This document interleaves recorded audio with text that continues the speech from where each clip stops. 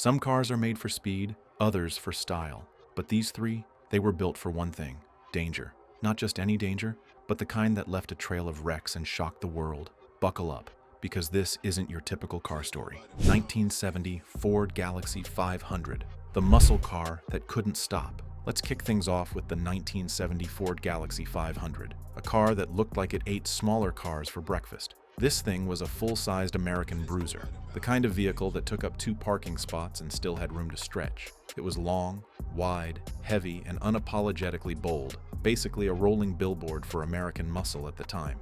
Under the hood, you could spec it out with a monster V8 engine, up to 429 cubic inches of raw, chest-thumping power. That's the kind of engine that didn't whisper down the road. It roared, announcing your arrival 5 blocks before you even showed up. On paper, it was a dream. Tons of space, tons of horsepower, and a ride smooth enough to lull you into a nap. But then reality hit, and it hit hard when you tried to do something silly, like stop. You see, the Galaxie 500 weighed over 4,200 pounds. That's more than 2 tons of rolling metal fury. And stopping it? That wasn't exactly its strong suit. Most models still came with drum brakes, and let's just say those things were about as useful as blowing on a sail in a storm. You'd press the brake pedal and nothing really happened. Not immediately, at least. It was like politely suggesting to the car that maybe, just maybe, it should start thinking about slowing down sometime soon. And if you had to hit the brakes repeatedly, like, say, in traffic or going down a hill, those drums would overheat fast. Once they got hot, they'd fade out like a ghost at sunrise, leaving you with what felt like 2 bricks and a prayer. In a panic stop situation, you might as well have been trying to land a cruise ship on a runway. But that's not where the madness ended. The suspension on this thing was floatier than a pool noodle. It was great for smooth, straight-line cruising on wide-open highways. But if you tried to swerve suddenly, forget it. The car would lurch, lean, and rock like you were piloting a boat through choppy waters. Steering was vague at best, with 0 road feel and enough play in the wheel to make you feel like you were turning a steering wheel from an arcade machine. Try dodging an obstacle at highway speeds, and suddenly you're starring in a real-life stunt scene, one you didn't audition for. The 70s were all about power and presence, and the Galaxie 500 had both in spades. But it forgot one crucial part of the equation: control. In emergency situations, its slow braking, squishy handling, and massive bulk made it more of a land missile than a car. People adored its looks, its grunt, and that big car charm, but many found out the hard way that this beast was a crash magnet. Today, the Galaxie 500 is a classic car collector's fantasy. Shiny chrome, vintage lines, and a rumbling V8 that turns heads at any car meet. But back in the day, it was a cautionary tale on wheels. Proof that too much muscle without the right manners could be downright dangerous. A beauty on the outside, a bit of a brute behind the wheel.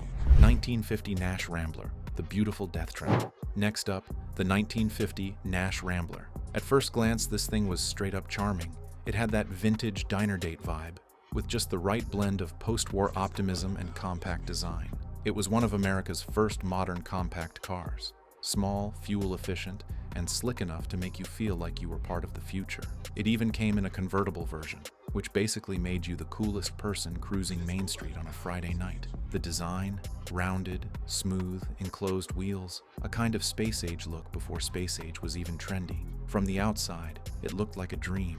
But under that stylish shell, it was a total nightmare. Start with the most obvious red flag: no seatbelts, not an optional add-on, not a dealer upgrade, just nothing. If you got into an accident, the laws of physics turned into your worst enemy. You were going headfirst into the metal dashboard, or straight through the windshield, like a crash test dummy, except there were no crash tests back then. That dashboard, it wasn't padded. It was hard, cold metal. In other words, it didn't give an inch. Your face would lose every time. And it didn't stop there. The entire interior was like a booby-trapped bunker. Every switch, every knob, every handle was made of solid metal and designed in the most inconvenient places possible. Not tucked away safely or padded, just sticking out, waiting to jab or slice you if things went wrong. One wrong move in a crash, and it was like getting hit by a room full of knives. Let's talk about crumple zones, or more accurately, the complete lack of them. Modern cars are designed to absorb impact, to bend in a way that protects the people inside. The Rambler, it was built like a tank. Rigid frame, solid steel, no give. which sounds safe until you realize it wasn't absorbing anything. All the energy from a collision, it transferred right into the driver and passengers like a freight train through your chest. The car didn't protect you, it used you as its cushion. In the 1950s, safety just wasn't a thing. The idea of crash testing or protecting occupants wasn't even on the drawing board. The Rambler was built to be stylish and economical, not safe. The thinking was, make it small, make it cute, make it cheap to run. What could possibly go wrong? Spoiler alert, a lot.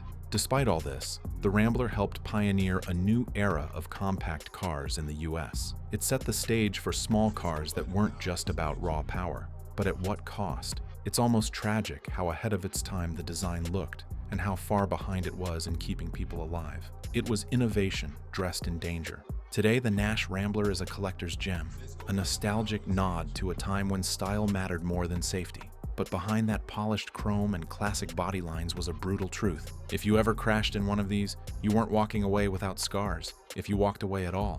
1970, AMC AMX, the fastest way to crash. And now for number 1, the 1970 AMC AMX. This car was absolutely wild. American Motors Corporation, which wasn't exactly one of the big 3 muscle car giants, decided to shake things up by building a 2-seater sports coupe. That alone was rare for American muscle cars, which were usually big, heavy, and 4-door. But AMC went all in, aiming to steal the spotlight with something sharp, fast, and totally different. Under the hood, you had a V8 engine that pushed up to 390 cubic inches, a serious powerhouse for its size. The AMX was light, with a short wheelbase, meaning it was small, nimble, and packed a punch that could launch you off the line like a missile at every green light. Imagine a rocket strapped to a shopping cart. That's kind of what this thing was. It could blast fast, but controlling it, not so much. The handling was a nightmare. The steering was twitchy as all get out. A slight, quick turn at high speed, and suddenly you're fishtailing like you're in some viral YouTube fail video.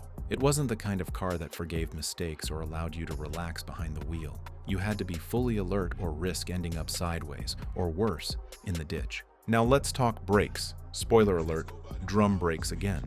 Yeah, the same kind of brakes that made the 1970 Ford Galaxie 500 a rolling hazard showed up here too. With all that engine power, hitting 100 miles per hour was easy, but stopping quickly? Not so much. The brakes were slow to respond, and if you tried to brake hard, you risked overheating them, losing braking power, and then what? You were flying, but without the safety net you desperately needed. The rear end of this beast was another story altogether. It was about as skittish as a cat on an icy sidewalk. The weight distribution wasn't balanced, making the car tail happy, meaning the back of the car loved to swing out. Wet roads, sharp turns, or even a slight mistake could cause the rear to break loose and lead the way instead of the front wheels. It was like the car had a mind of its own, and it wasn't always thinking about keeping you safe. It's no surprise that accident rates for the AMC AMX were pretty high, especially among younger drivers. The car looked aggressive and sounded mean, exactly what thrill seekers wanted, but the AMX didn't care about your experience or skill level. It was a wild ride, and if you pushed it too far, it would punish you fast and hard. Today, the 1970 AMC AMX is a cult classic. It's rare, loved by car enthusiasts, and still turns heads at shows and on the street. But back in the day, it was basically a land rocket with zero safety net. Fast, fierce, and if you weren't careful, downright fatal. A beautiful machine with the heart of a beast, and no patience for mistakes. So, if you ever see one at a car meet, just remember, behind the cool design and roaring engine was a wild child that demanded respect. It wasn't built for beginners, but for those who craved speed and were willing to take the risk. So, what have we learned? Classic American muscle cars like the Galaxie 500, Rambler, and AMC AMX were built for power and style, but safety was never a priority. These beauties came with serious design flaws that made them dangerous on the road. Next time you admire one, remember the risks behind the roar. Thanks for watching. If you enjoyed this deep dive, hit that like button, subscribe for more untold stories, and drop a comment about your wildest car experience. Drive safe out there, and always buckle up. See you in the next video.